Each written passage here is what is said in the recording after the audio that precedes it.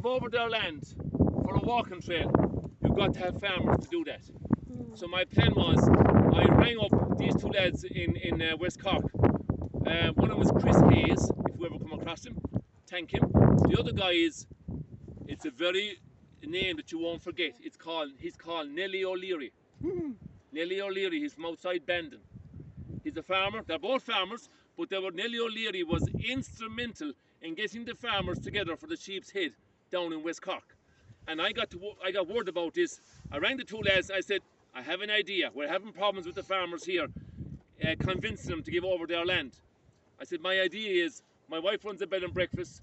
I'll call a meeting in Dooli. I'll call a meeting in Liscannor. Will you please come up and stay at my house and come to those meetings? That's exactly what they did. And we came up, we went to the first meeting in Dooli at the community centre. We went to the second meeting at the food package in Liscannor to the farmers down there. That was the turning point of getting the farmers on board for this trail. Now, there's lots of other locations you could think about, but that was a major turning point. Because why? Because farmers were listening to farmers of the strength of it. Like, it wasn't listening to the government, they were listening to a farmer was telling a story about the benefits of giving over your land down in West Cork for the Bear Peninsula and out to the Bear Peninsula and the Sheep's Head Way, and telling the farmers here the benefits of it. And that's why the farmers came on board. Now there's a few other reasons as well. Out of 39 farmers, I also did a small little survey to find out there's about 15 farmers involved in tourism. So it was very easy to convince those farmers that was involved in tourism to come on board because of the side effect of tourism. The advantage. A little story about this is, we're going onto the farm here where there's no trail. You see where that couple has gone up there? That's where the trail goes up onto the main road and back down again. My mother was a big influence in what happens here with this farmer. And I suppose for me this is precious. I came meeting this farmer here 13, 14 years ago.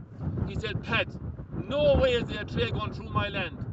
He came down the day after with his HIMAC. He built 3 walls to block this trail. There's one wall here, there's a second wall up there, and there's a third wall. See where that couple is there now? Yeah. See the third wall there? He built 3 walls to block this trail. And I went home that night, and my mother was at home with me in the house. She said, how did you get on with such and, I won't mention names. And I said, I didn't. There's no trail going through. We'll have to ask the farmers for a bit of land to go up to the road and go back down. She said, a small bit of advice for you. She said, that farmer is from this is his outside farm here. That farmer is from Liscannor. She said, when you're in Liscannor again, she said, you go down for whatever reason, and you're inside in the pub, you see that farmer across the way. You don't go near him, but you buy him a drink. You see what he's drinking, send over a drink to him and just salute him. That's exactly what I did. And I did it for a couple of years. And eventually, you know, every time I used to go down, whether it be just a social night or a funeral or something, I'd see him over the corner.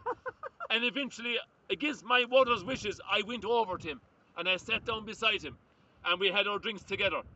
And I suppose because I'd opened the door, my mother always said, what he said there, take that no as a maybe. No, come back another day. And bit by bit, I suppose I got talking to him. And 2 years ago, I was down at the pub and he said, Pat, you know something? He said, I've seen the impact of this trail in my village in Liscannor. People walking the trail, staying in Liscannor overnight. And if they even don't stay in Liscannor, they go into the pubs in Liscannor. I've been talking to them, listening to the stories that you're telling on the cliffs. He said, I want to sign up. And for me, wasn't that fantastic? Something so simple.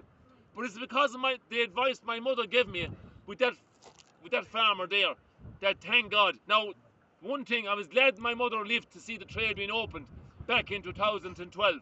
That was a fantastic day for me. But I'm so sorry that my mother wasn't here to witness that farmer signing up. Because she passed away 4 years ago. But she's up there. She knows it. She's looking down at me. She knows it. That is for sure. How many pints did you have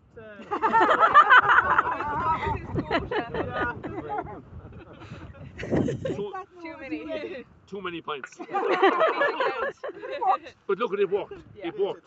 Yeah. And you know, that's what it took to bring this trail here. Now, I'm going to bring you out here on this farm.